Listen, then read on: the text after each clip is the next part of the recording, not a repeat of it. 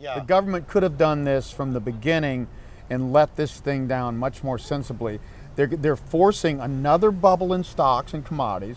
Another bubble's going to crash, another stimulus that's going to fail, and we're going to have to go into a crisis before this thing finally gets resolved. Yeah, it just seems like which is they're unfortunate. Explain to me too here. Let's talk about how the movement with qualitative and quantitative easing, how did that actually inflate the stock market?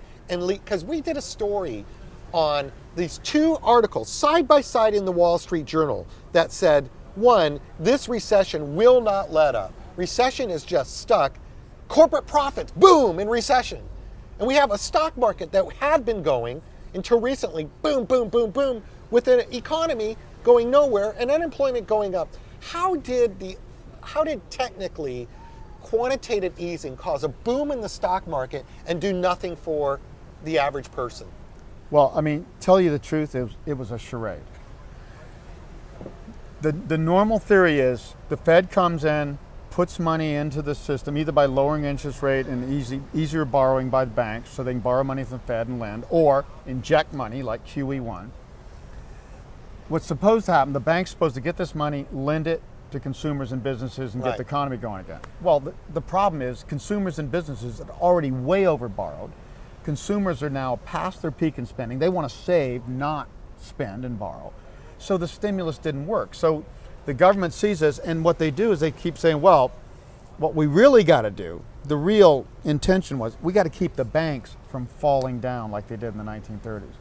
So what they're really doing is giving over $2 trillion, QE1 and QE2, to the banks out of thin air. They create the money, give it to the banks. The banks take that money and reinvest at higher yielding assets, which means stocks, commodities.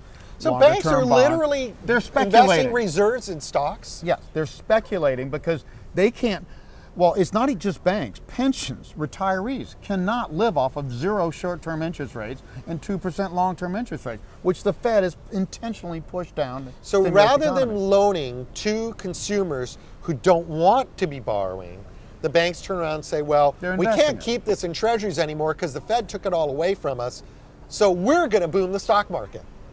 Well, they're just saying we're going to make some yields on our investments to make up for our lending profits we used to have. And what it ended up doing, now you take on top of that, some of these banks leverage it, hedge funds leverage 30 to 50 to 1, investment banks do the same thing.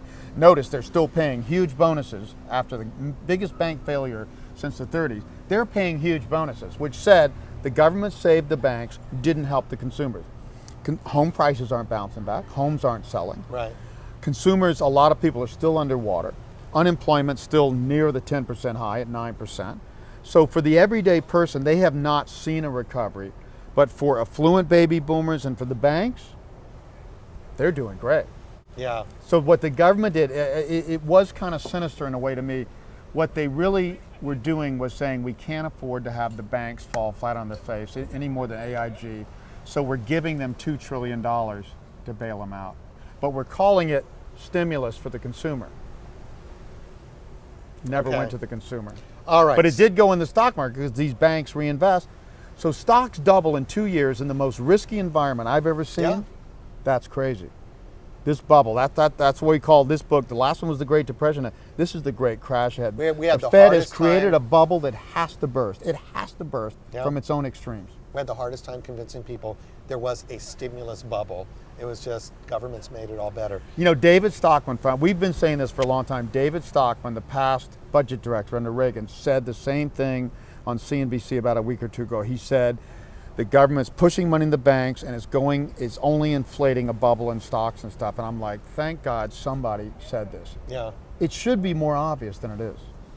Well, so now I'm going to ask you I'm going to ask you 5 in 1 questions here, so we can just kind of keep moving and let you talk on this, which is a couple things. I'm going to collapse some questions here.